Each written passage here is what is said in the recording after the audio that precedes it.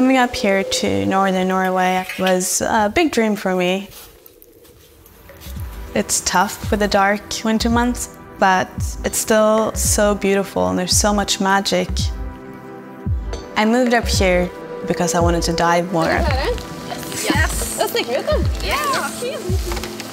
I was expecting a lot of life in the ocean.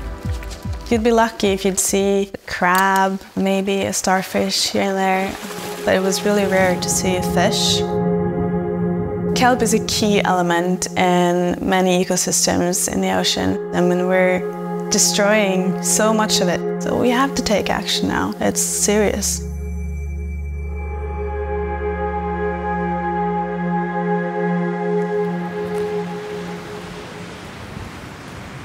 I guess I have a closer relation to the ocean by being born on the small island, Frøya.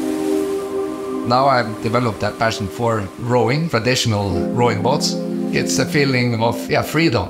And it's also nice to not know where you end up. On land, we get all upset if there's a forest fire.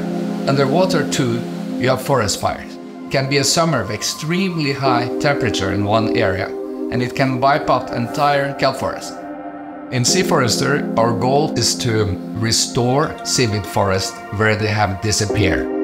Take seaweed spores, spray them on these stones, and then we deploy.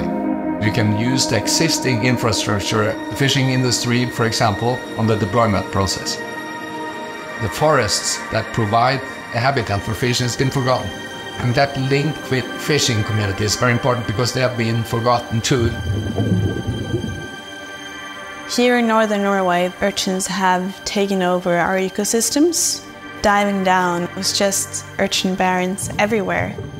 Due to overfishing and human activities, the urchin's predator has been removed from our oceans. So the urchins have been able to just explode in numbers and eaten down all the kelp and removed a really important ecosystem. Our organization is called Katoavat, which is in English Guardians of the Kelp. We restore kelp forests here in northern Norway. And we go out with volunteer divers and we remove urchins from the area. Just by doing that, the ocean is able to restore itself. The kelp will grow back. Kelp is really good for carbon sequestration and biodiversity. The kelp forest is what I like to call the kindergarten of the ocean. A lot of different species come to feed. It's a nursery ground. This problem is massive, but there's very few people that actually know about it. The disappearance of kelp forests is so serious that you need to think differently. It is crucial that people work closely together and participate. I can't believe you were actually considering rowing in those waves. That's nuts. Oh, this is how they lived in the past. No roads, only boats. Yeah. Nearly all forms of life in the ocean touch the kelp forest at some point in time in their life cycle. If you lose kelp forests, you lose life in the ocean. Kelp forests are kind of the workhorses of the environment. This has to be addressed now because kelp forests are disappearing and nobody even knows about it as a problem.